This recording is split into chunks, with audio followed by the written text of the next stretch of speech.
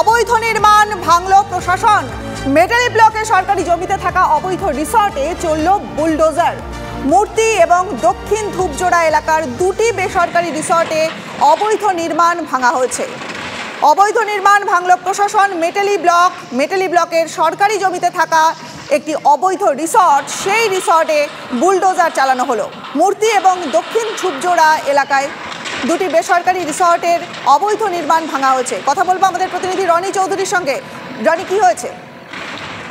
দেখো, আমরা জানি যে এর আগেও আমরা দেখিয়েছিলাম যে জলপাইগুড়ি জেলার গরুমারা জাতীয় উদ্যান সংলগ্ন যে সমস্ত এলাকা রয়েছে, বিশেষ করে মূর্তি নদীর ধারে বহু রিসর্ট বেআইনি ভাবে নির্মাণ হয়েছে এবং সেই খবর সম্প্রচারের পর অবশেষে তৎপর হয়েছে প্রশাসন। ইতিমধ্যে মেটলি এলাকায় দুটি রিসর্ট কিন্তু বুলডোজার দিয়ে ভেঙে দেওয়া হলো এবং যেই ঘটনায় কিন্তু ইতিমধ্যে চাঞ্চল্য তৈরি হয়েছে। তবে যে রিসর্টগুলি ভাঙা হয়েছে তারা কিন্তু দাবি করছে যে এর থেকেও বড় বড় রাঘব বোয়ালরা রয়েছে, যাদের রিসর্ট এখনো বেআইনি ভাবে রয়েছে, যেগুলি নিয়ে প্রশাসন পদক্ষেপ নেয়নি।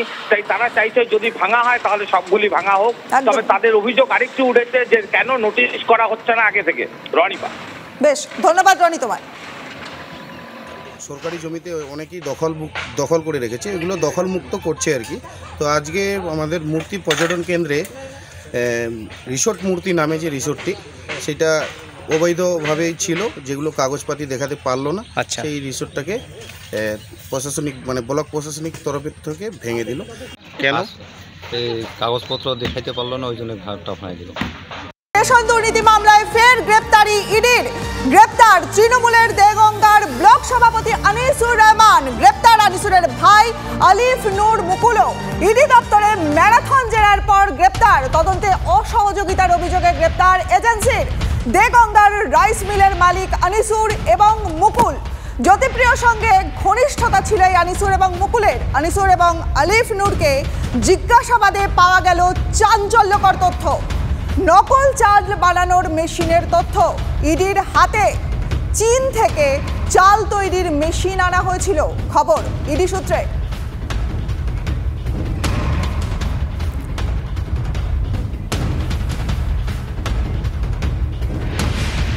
এই নিয়ে সুকান্ত মজুমদার কি বলছেন শোনাবো।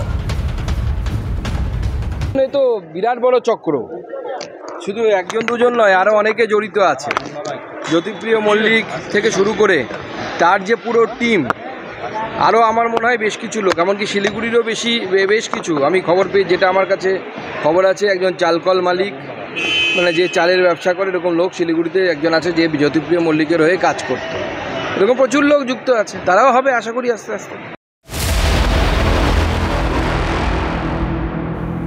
আর আজ বারিক বিশ্বাসকে সিজিওতে তলব ইডি। জ্যোতিপ্রিয় ঘনিষ্ঠ বারিক বিশ্বাসের দুবাই যোগ। সূত্রের খবর, দুবাইয়ে বারিক বিশ্বাসের সম্পত্তির খোঁজ পেল ইডি। রেশন দুর্নীতির টাকাতেই কি বিদেশে সম্পত্তি তার? তদন্তে গোয়েন্দারা। তদন্তের বিষয়ে কোনো কথা বলবো না।